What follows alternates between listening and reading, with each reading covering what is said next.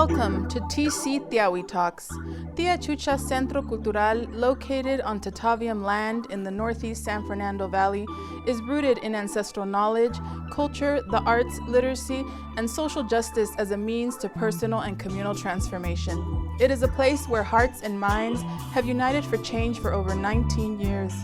Join us as we share the stories of personal transformation and our understanding of the world that unites us as a community. We must remember that another world has always been possible. Tiahui, a Nahuatl word for adelante, to move forward. Like a spiral, together we move towards a better future, cognizant of the resiliency we carry from our past.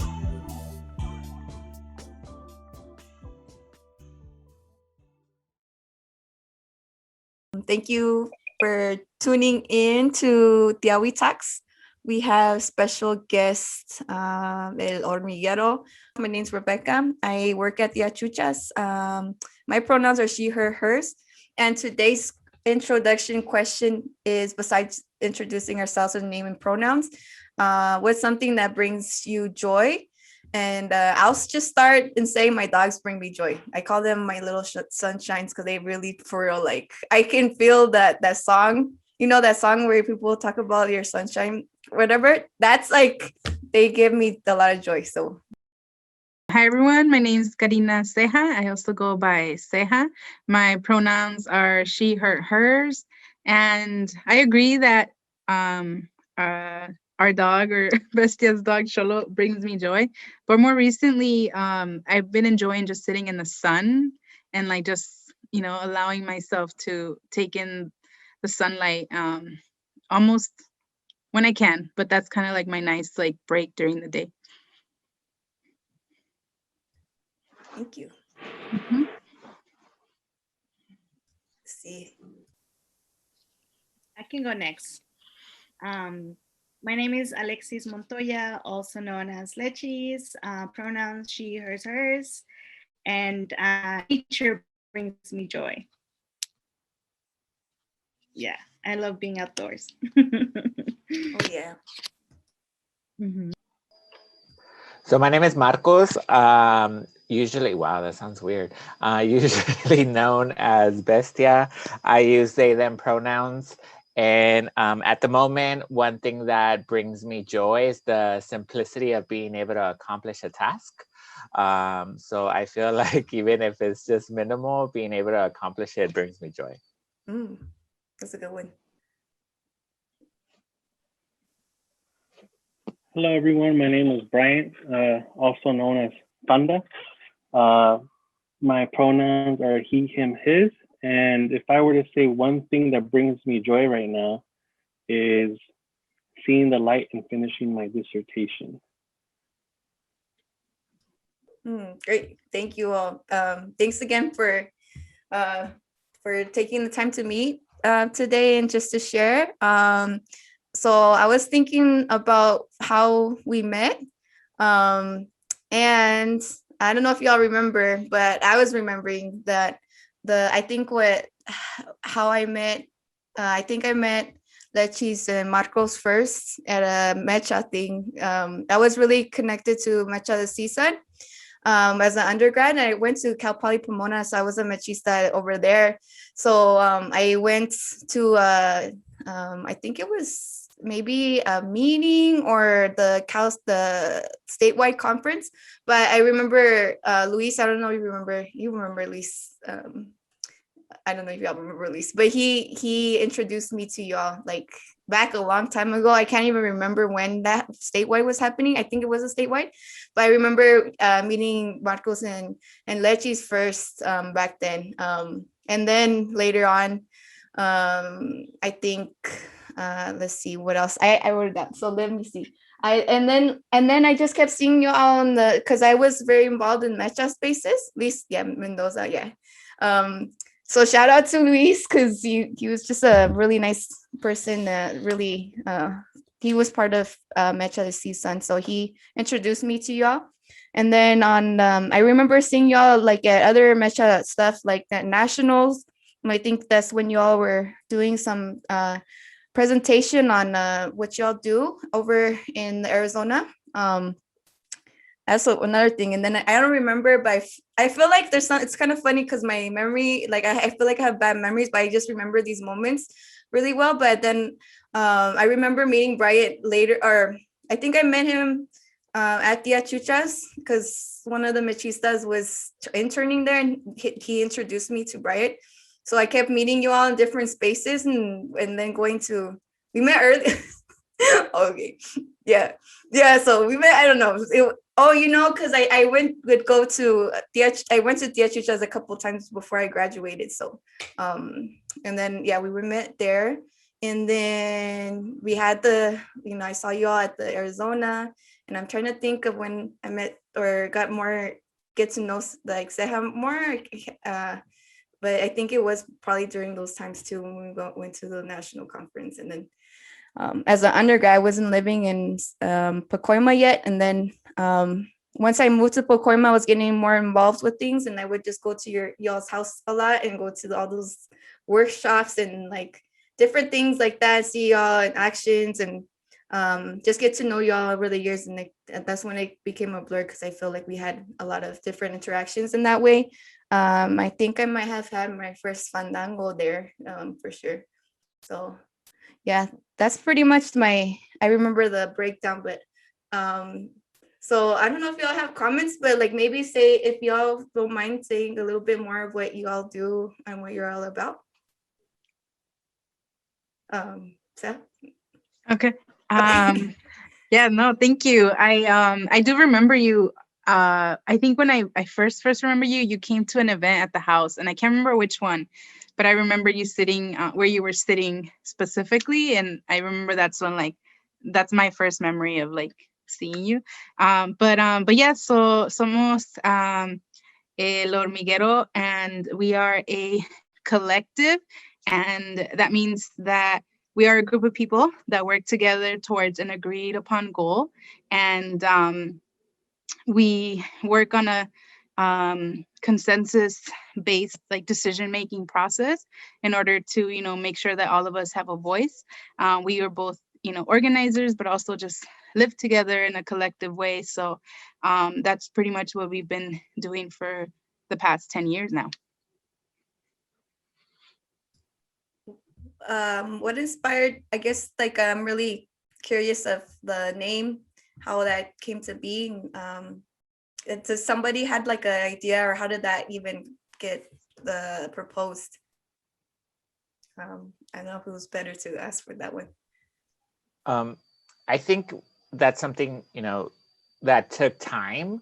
The name itself didn't come till maybe, 6 months to even a year later, after meeting and just kind of beginning to define for ourselves what the collective process was going to look like for us.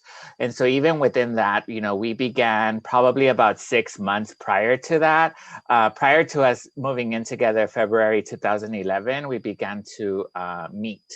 And then Seha was kind of the main one to have the idea of, being able to have or build on a space with other kind of collective folks, specifically from the Valley. And then, some of us kind of knew each other from undergraduate work. Others kind of, like you were mentioning earlier, we met in organizing spaces here in the Valley. And so then from there, it just kind of sparked the conversation about, what would it look like to have a space for ourselves that we get to define and that we get to see flourish in terms of, our own standards of the way that we would like to live. And so then that began the process of El Hormiguero, like I said, maybe about 6 months prior to moving in 2011. And then from there, just kind of the project evolved. And so we began to meet, we began to share about our pet peeves. We began to talk about, what this collective of El Hormiguero can look like. And so the reason kind of the name came about is because we live in a hill. And so one of the things that we wanted, to make sure that we encompass that, but at the same time looking at specifically the work from the Zapatistas, right? So they identified 3 types of trabajo. They identify the spider work, they identify the ant work, and then the bee work. And so maybe other folks can, maybe talk a little bit more about, what those different types of works looks like. But we wanted to kind of really shine on the underground work, the work that doesn't really get recognition. And so with that, we wanted to really kind of look at the trabajo de hormiga, or the work of the ant. And so then, because we live in a hill that kind of embodied what El Hormiguero is now, or has been for the past decade. For the most part, when we started thinking about the ways of thinking that brought us together, the politics of how we understood our lived reality and our experience in the world, what I think connected us all was definitely Zapatismo. And I think that was definitely a core of how we began to understand the type of work that we did, especially building on the concept of the hormiga, right? Is that like an anthill and a colony of ants doesn't do the work by itself, right? It takes multiple ants. And that's something that we learned from the Zapatistas, is how things are done in a horizontal and collective manner. And in one way, our essence of resistance and saying no to these different forms of oppression was what drew us together, but the different ways that could manifest also is what drew our initial creativity and kind of just took off the work in many different ways, from projects to events to connections we had with different communities in the LA area, the Valley, and abroad. So Zapatismo definitely is at the core of our work and our political ideology. Yeah, I think also too, what we were discussing in the beginning, again, following Zapatismo ideologies, one thing that really stuck to me was that we got together for like one purpose, right? To create a world where like many worlds fit, right? So I think we wanted to make our home like a space, right? Like a safe space for us to be able to share, right? And so we could have educational workshops. We had like sanas, right? The bicycle workshop, the garage, right? Like the project in the garage. And then we would like invite people to come over and then do healing circles, right? So a little bit of everything. And then I think that was the main purpose, right? To bring this space in a community where is rarely like seen, right? Because of like the lack of resources. So I think that was also one of the main ideas, right? To create this home where, a safe space specifically for people to feel safe, to feel welcome, and to be able to come and learn or share knowledge as well. So I think that that's what, we all had in common, and then we're like, on board towards creating this home, this collective. That's cool.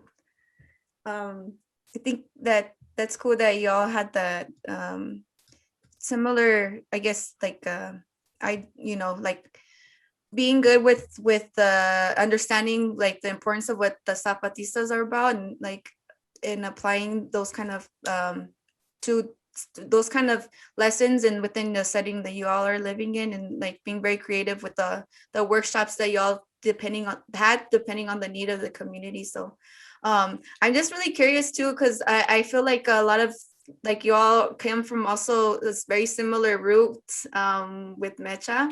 So I don't know if y'all have maybe something to add, because did y'all meet because of that, or what do you think about that, like even that root?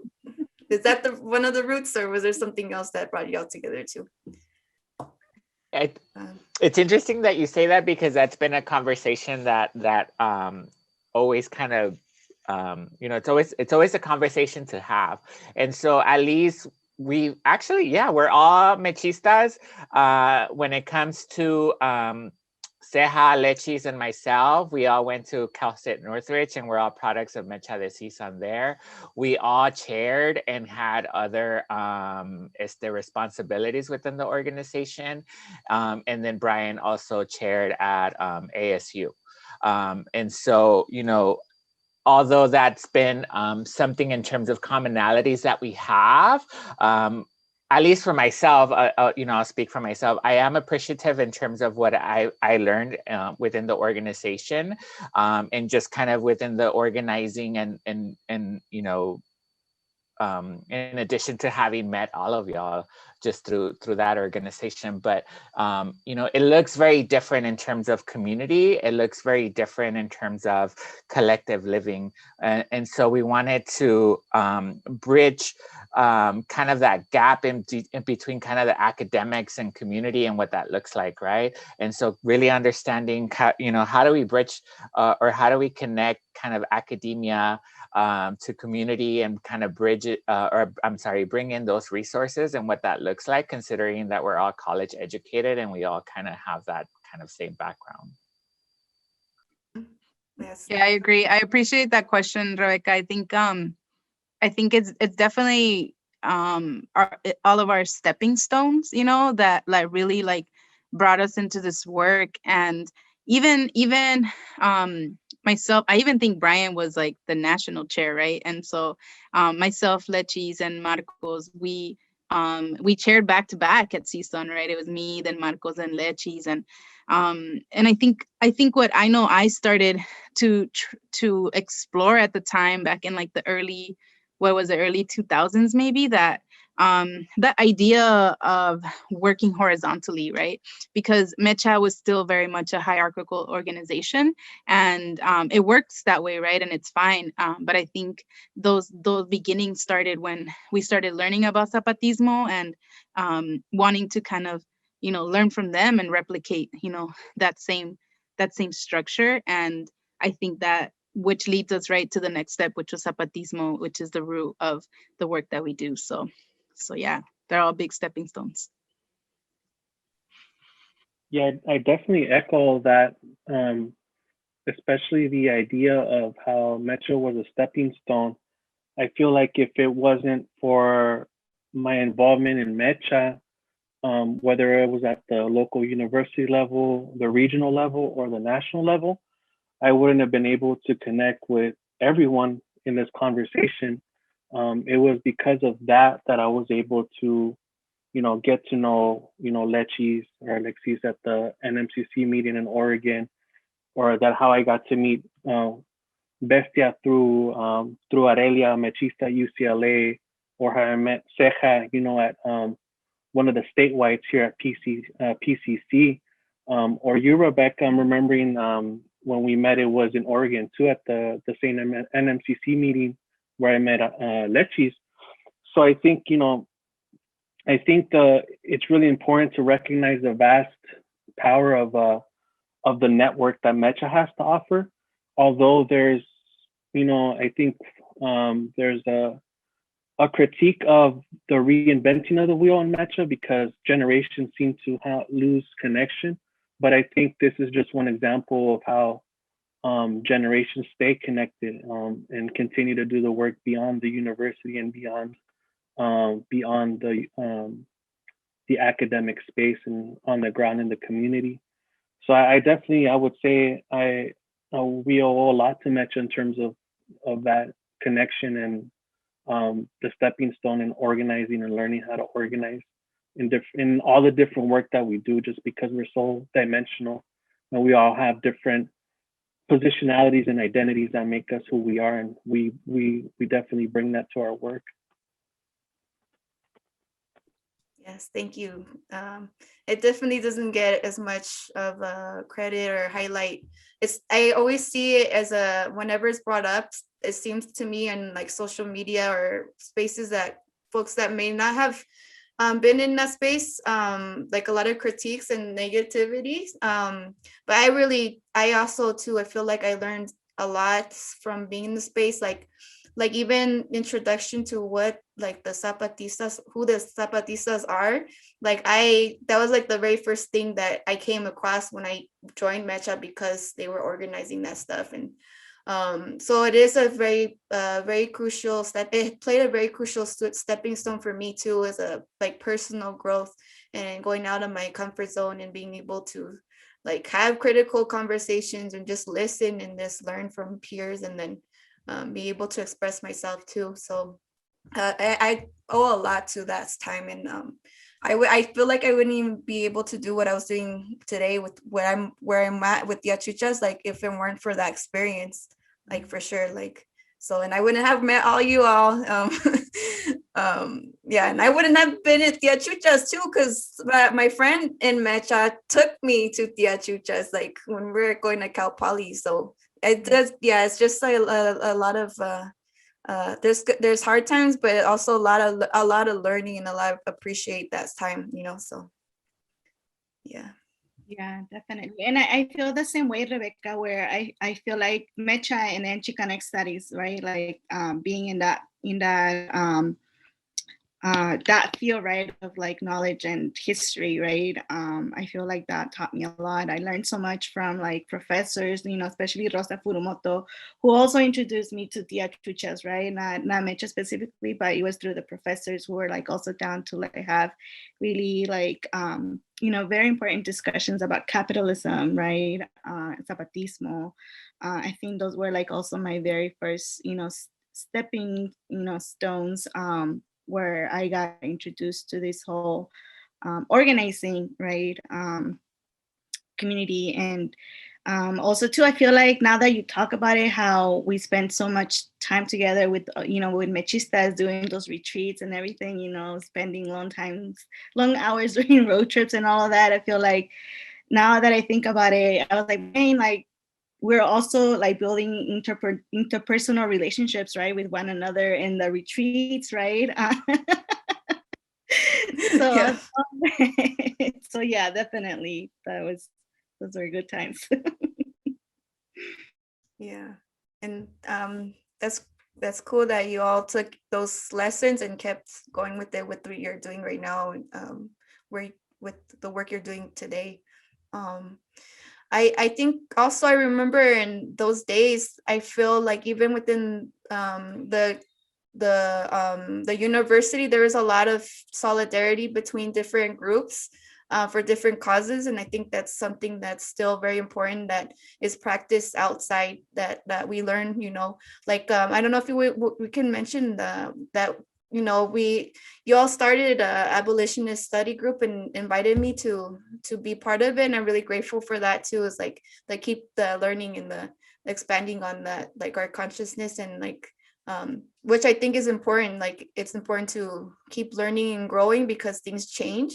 So so I guess I can go into the abolitionist study group, and if y'all from last year have any reflections, felt like you had challenged like you say your consciousness or your actions, like maybe say, how do you feel anything like that? Okay. Yeah, thank you, Rebecca. I think, you know, it's definitely one of the things I've learned is that abolition is a process, right? It's always reminding myself to think of alternatives and to be creative with the ways that, you know, we already do things, specifically relating to punishment and, you know, and policing and military and all of those things that have not worked for us, right? They were never meant to work for us. And I find myself, right, like sometimes wanting to, when I, you know, think of someone that did something and I'm like, yes, right, like Chauvin, like he was guilty of all counts, and I'm like, yeah, put him in jail. And then I'm like, okay, wait, how do I reframe this? How do I feel from the abolitionist perspective, right? So I definitely feel like it was a great way to start this process of like going in that direction, because it doesn't happen overnight. But I feel like I also not only just learned a lot, but it was a great way for me and for us as brown people, as people of color, to really start to engage in these conversations that talk about racism, that talk about anti-Blackness, that talk about our relationship to one another, and maybe how we have white supremacy embedded or ingrained in us in some ways. And so that was really ultimately what I took from that, being able to talk to y'all about it, being able to engage in conversation. And in the middle of a pandemic, right, in the middle of an uprising, where we're all just tired of being treated the way we have been for the past 500 years. So I learned a lot, and I think that's what I can say for right now, but I'll let the other hormigas share about their experience as well. So I think I definitely echo what Lechis and Ceja were sharing about the significance of what the abolitionist study group offered us. I think one thing that in particular that I feel was a major takeaway for me was how we can continue to have these conversations about abolition of these certain institutions that continue to create harm in our communities. One major concept that really, really engaged me was the concept of racial capitalism, which then made us think about the intersectionality of all these issues just beyond not just race and class and capital, but also how this violence, this historical violence was affecting and impacting various other communities, right? I know for us, when we participated in some of these actions, it was important for us to center that as part of the resistance effort. So that meant for us really, going out there and making that part of the resistance narrative, right? In particular, how do we intersect, these issues of race with class, gender, sexuality, immigration status, language. I think that was one of the major takeaways from the abolitionist study group is the intersectionality that we should be thinking about as well, especially for folks who are part of these historically rich communities who continue to be historically marginalized in very, very violent ways.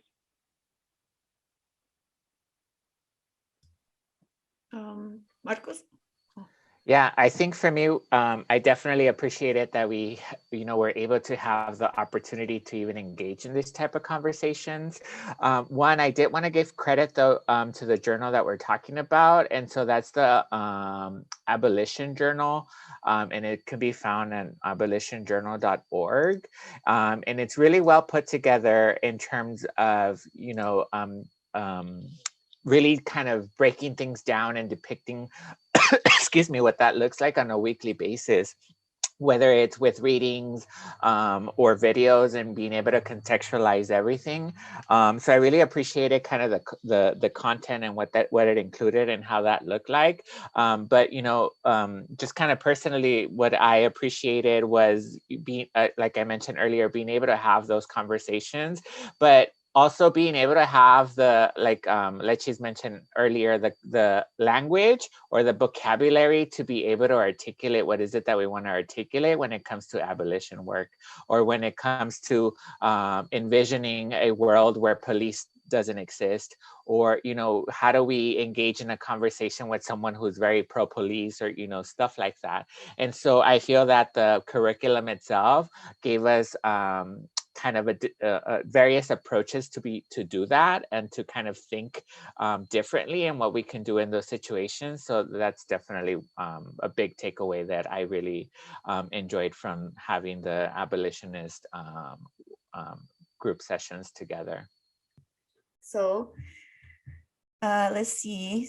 How about, do y'all have any, I guess now that y'all are in your, what year? 10, was it 10 years? Like, how are y'all with this, let's say this abolition work, and has that impacted anything, influenced you all in your future work with now that you're celebrating 10 years?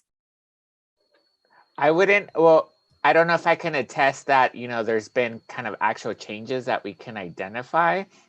I know that we've definitely tried to keep ourselves accountable in terms of really kind of questioning, or asking ourselves, how do we either, approach things from an abolitionist perspective, or how do we, either ensure that we're supporting or that we're being pro-Black, or kind of, or just kind of holding people accountable in that sense.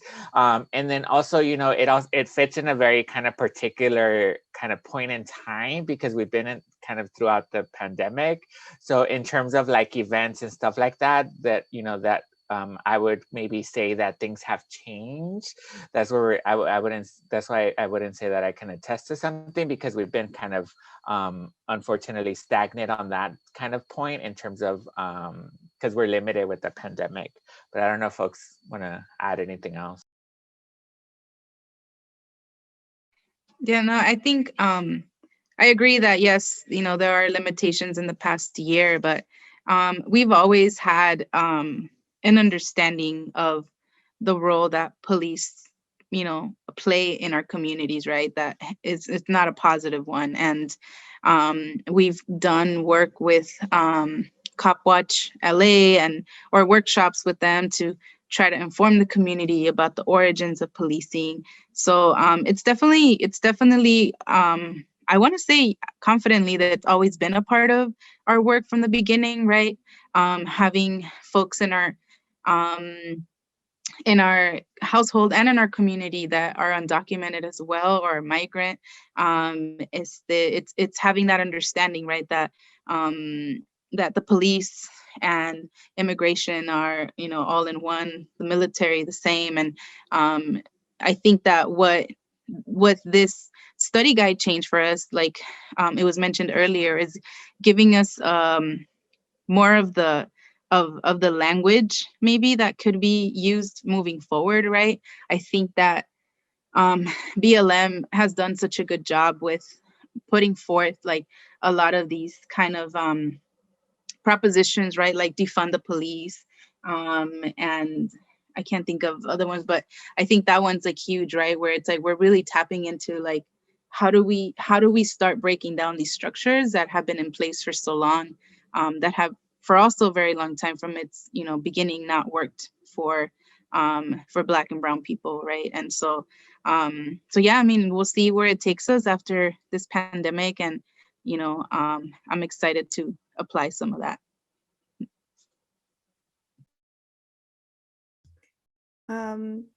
Yes, right.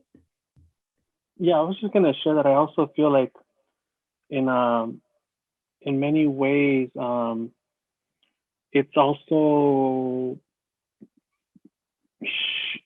shifted our frame of analysis in terms of how we understand our solidarity work moving forward with the Black community.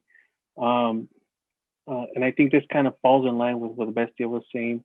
Not very tangible per se yet because of the limitations we have, but I know for sure when I think about how that abolition study group informed our work, we definitely had a lot of conversations over the summer about analyzing the situation in relation to police brutality and the impact on the Black community, and what our role was in terms of all of that as a collective.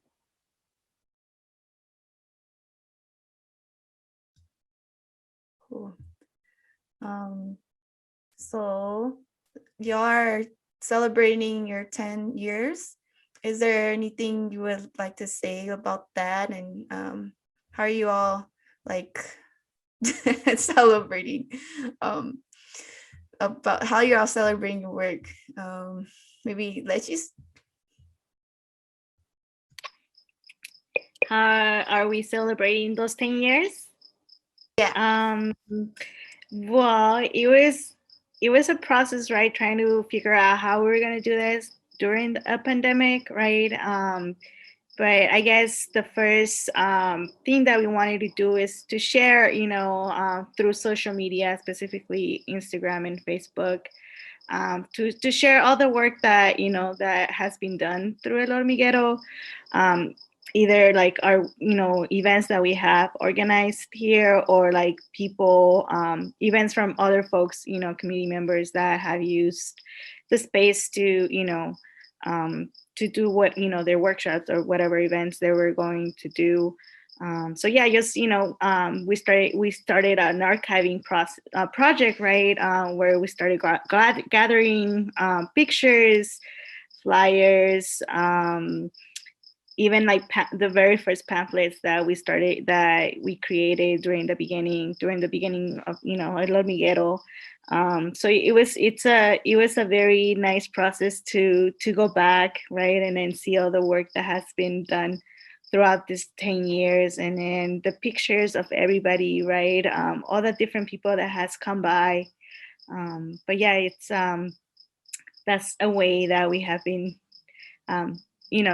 doing this celebration. And also too, we have been working on a zine, also as part of the anniversary, right, of like 10 years of work. And we would like to share what that looks like, right? What does it mean to live in a collective, and organizing in a collective way as well. So the scene has been a work in progress as well, and then we are very close to finishing the final product. So just keeping an eye out on that. Yeah. Thank you. So I was wondering, since we're talking about 10 years in memory lane, do you all mind sharing maybe a memory, your favorite memory of an event or something that you've had together? You can be an event, or even just y'all as like roommates. Like maybe we can go around something that stuck out to you. Oh, wow.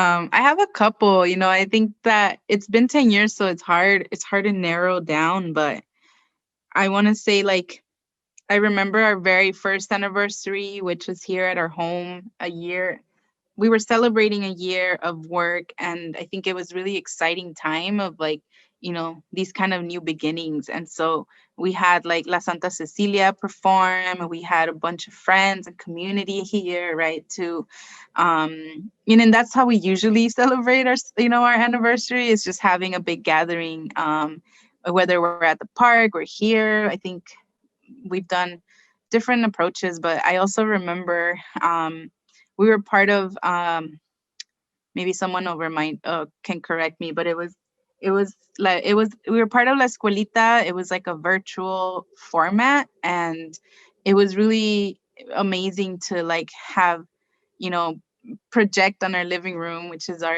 little theater space that we, created, and having like the Zapatistas there, sharing palabras, sharing knowledge, and all of us just ready to learn and hungry for information, to being in the garage and working the bike mechanic shop with Bikesonics, and community like literally coming in and leaving with the brand new bike. I think Rebecca, yourself, got a bike here, right? Oh, and yeah. yeah, and I love that because even Tapatio was mentioned earlier. They had a bike for years. That was their like form of public transportation that they got here from our garage, from our project. And so there's so many, but those are just some that just really like stand out, that forever remember.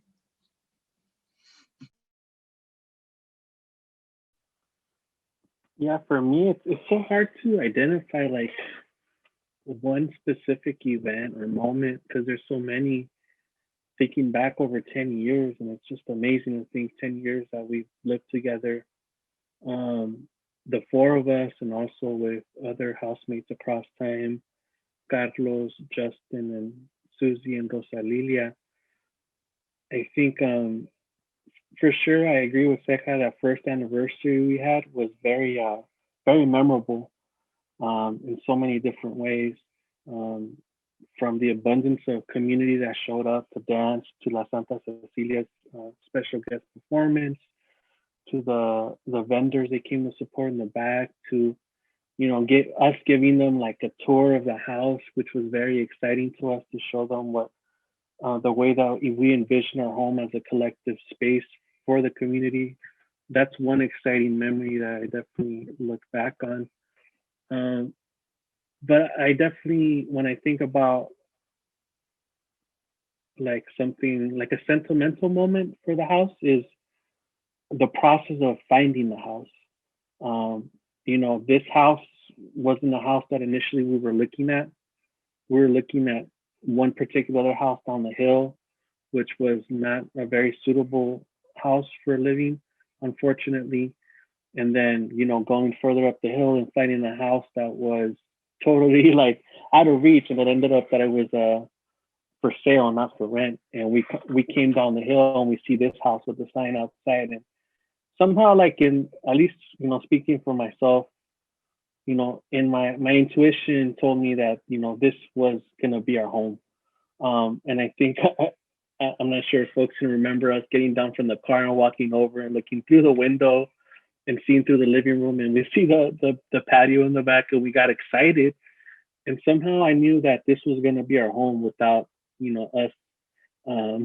Bestia took the sign down without us really going through the process, right, of renting the house out.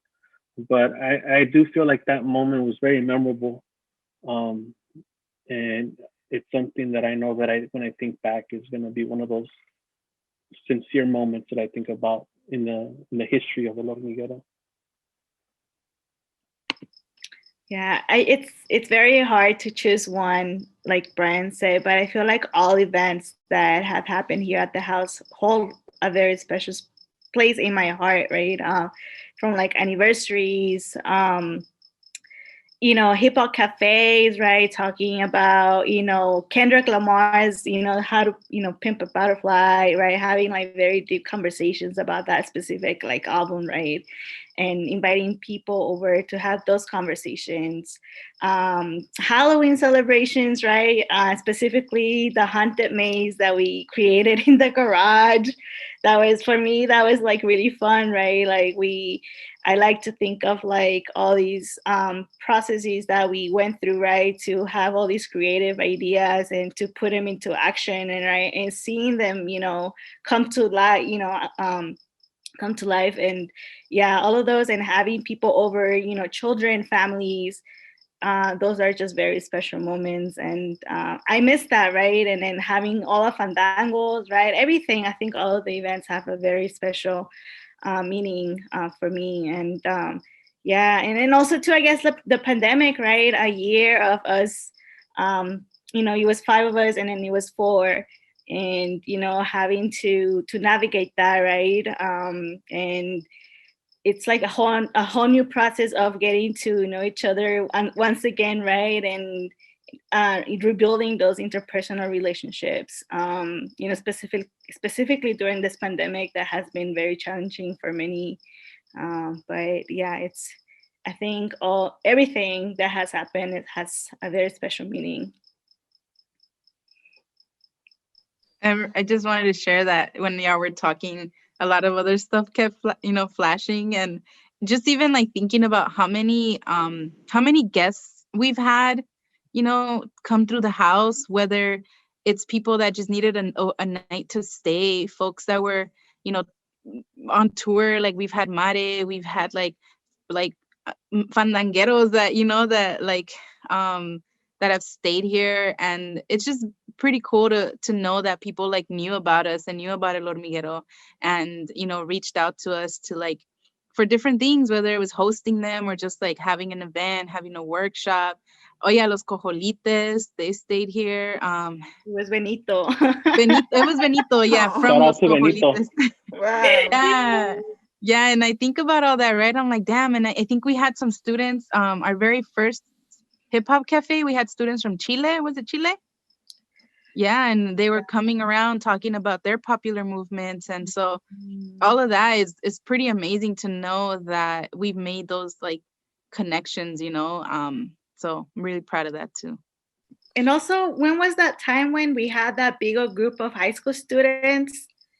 And then they all like they stayed over with like, you know, their Wow. teacher. And then like we were trying to make as much space as possible, that some of them stayed like on the second floor, you know.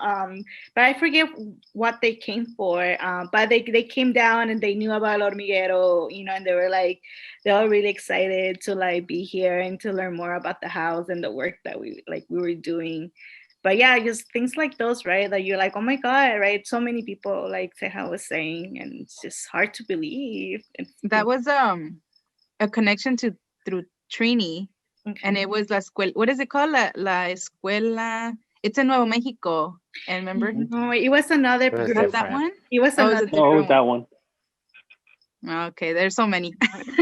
No, but yeah, so I mean, I wanted to just kind of piggyback on kind of the diversity of, you know, like Ceja was saying, of our guests. I feel like, you know, we've had people from like Canada, like we've had people from like, you know, different places. And so, you know, whether it's workshops, whether it be maestros that, you know, the fandangueros have invited over, where it's, you know, to create marimboles, you know, to create music, or just even us having kind of the privilege to even host La Escuelita and stuff like that, you know, especially from the Zapatistas.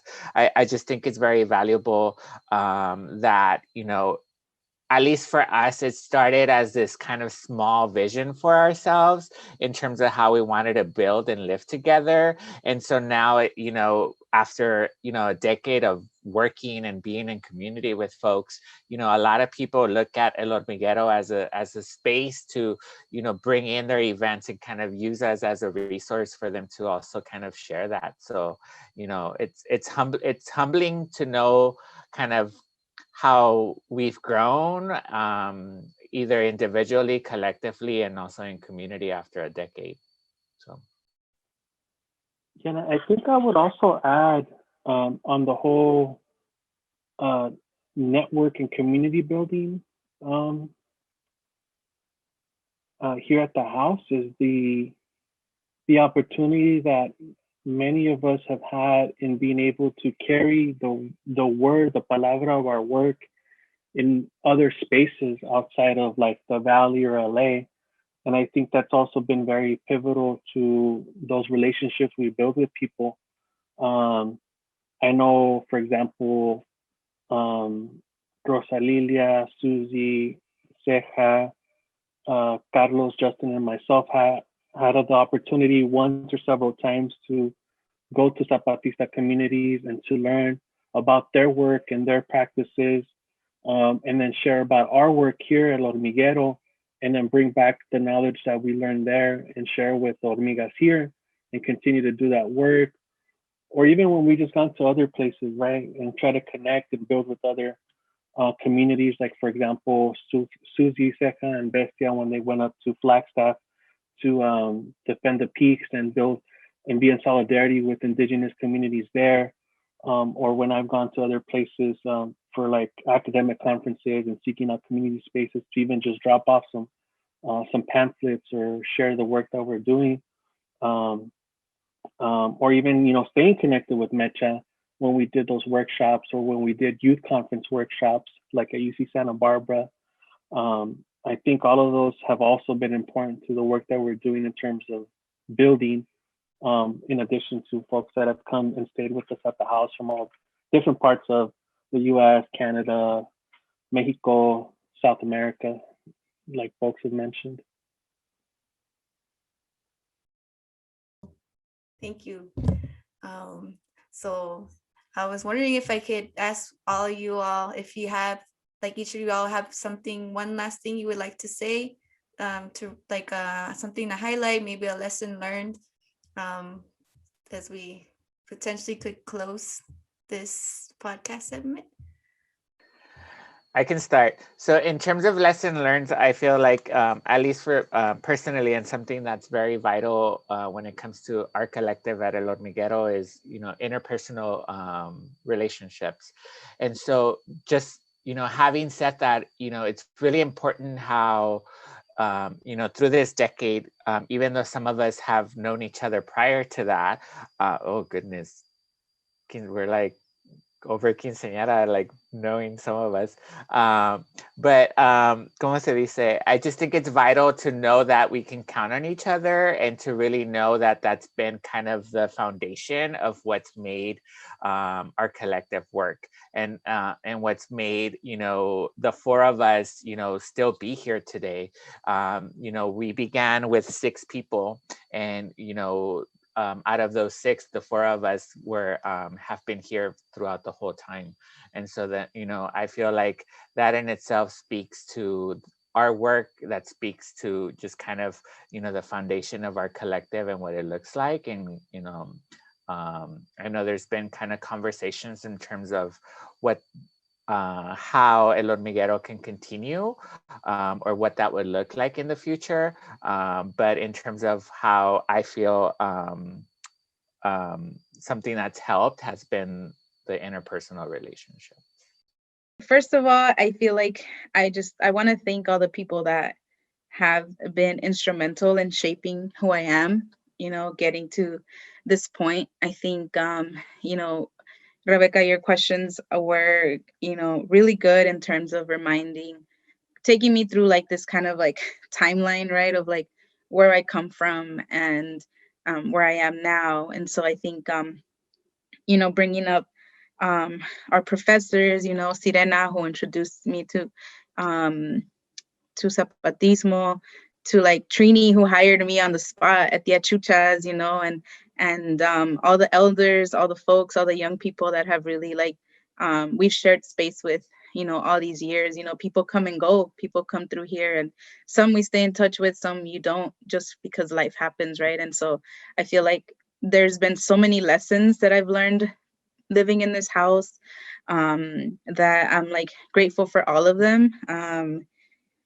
It's definitely shaped me. And I think one of the things that I really feel that it's helped me with is my communication and learning to, it's still not always easy, but it's allowed me to kind of like step into this role of like learning how to, communicate with each other. And I always tell this story because when we were through our first workshop, when we were in Arizona and we did the national conference, we started doing a workshop on collective living. And I remember, and I share it because it's funny now, but it was like maybe the first couple weeks, maybe months that I was living here. And I remember we had a coffee table in the living room, right? And Brian, I'm not trying to call you out, I'm just sharing the story, right?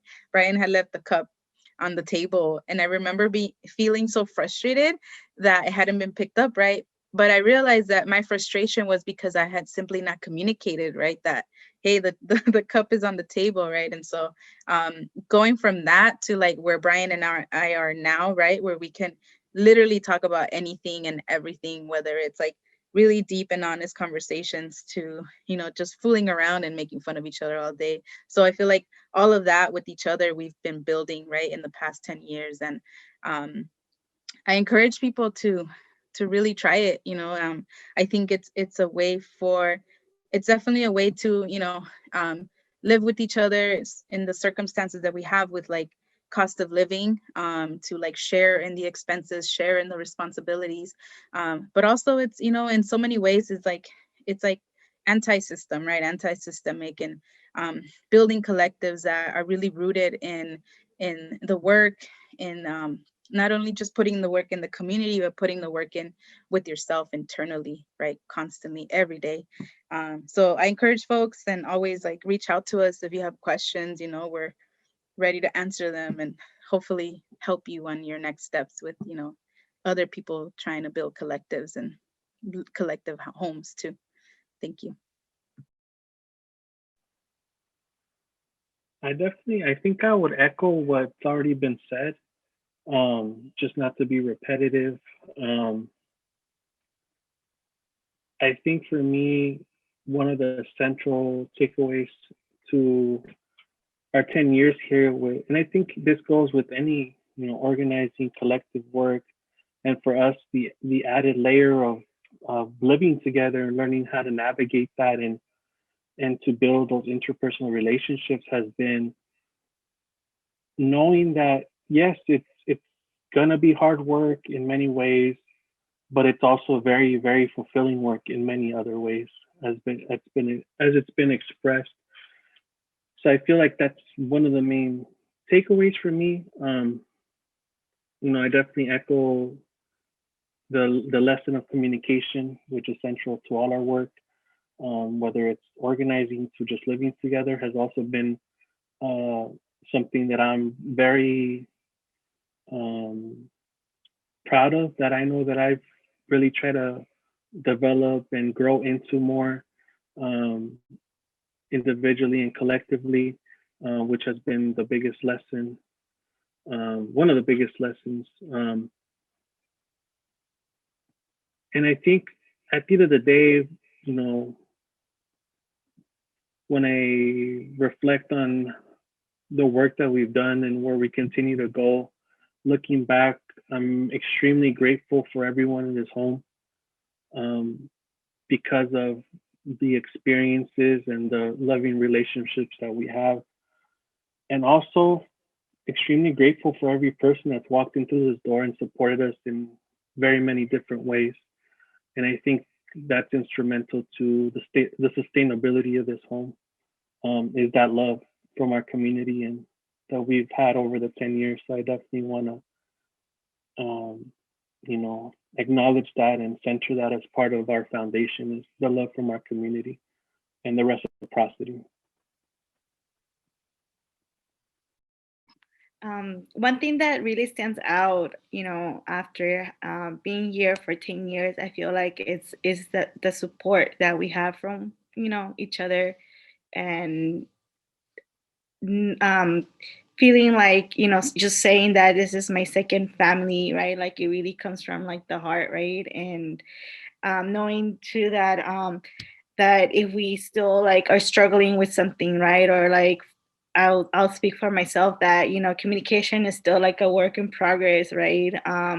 That I know that folks here are they're not gonna come at me in a very like judgmental way, but instead they're providing this constructive criticism, right? If something is not going right, or if they notice that something's happening, right? That they tell you, or that we talk about it, right? And that we provide that space to have those, very interpersonal discussions. That, and also to that, what else? Oh my God, I'm having a brain fart. But yeah, that space, right, that we create for each other, to be able to talk, right? And then to have those reflections, right? Of like, how is it that we can, be a better person, as we continue to grow right together. So I think that that's very meaningful for me, and the fact that we have also just met so many people, and then having we have learned from so many workshops, and I'm also very grateful for that.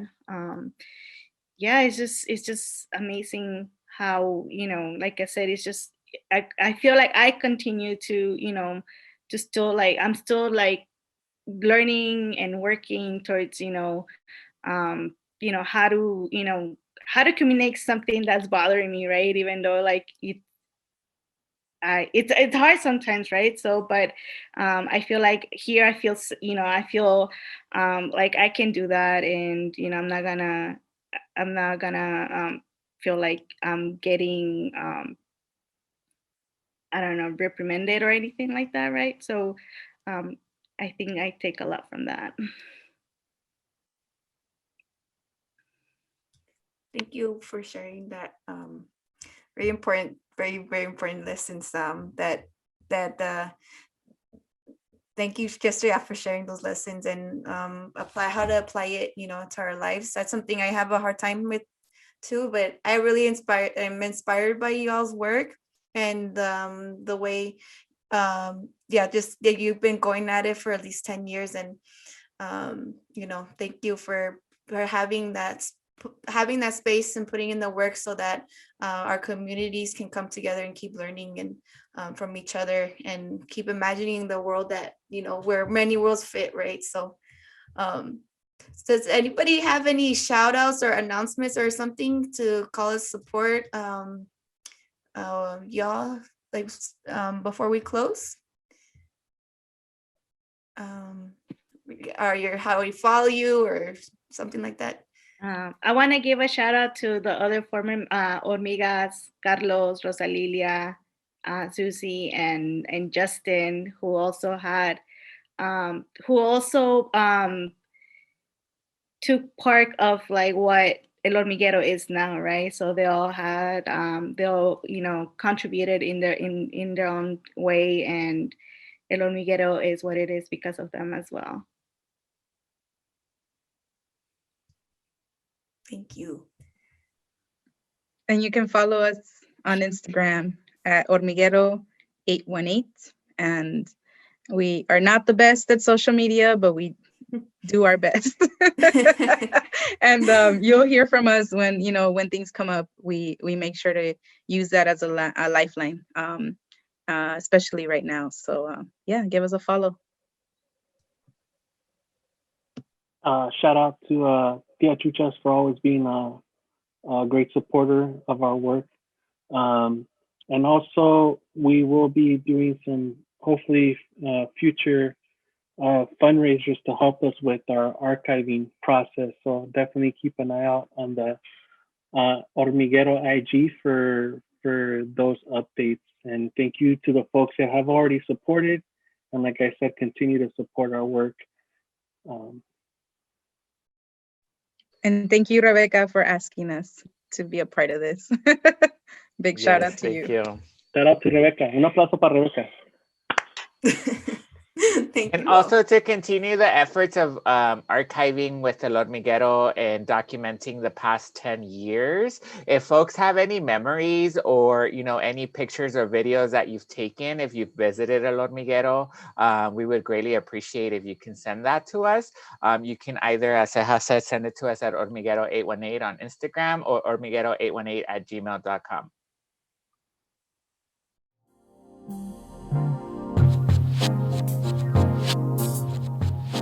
Thank you again for joining us. Please remember to subscribe to our podcast and follow Tiahui Talks on social media. Please support our online bookstore.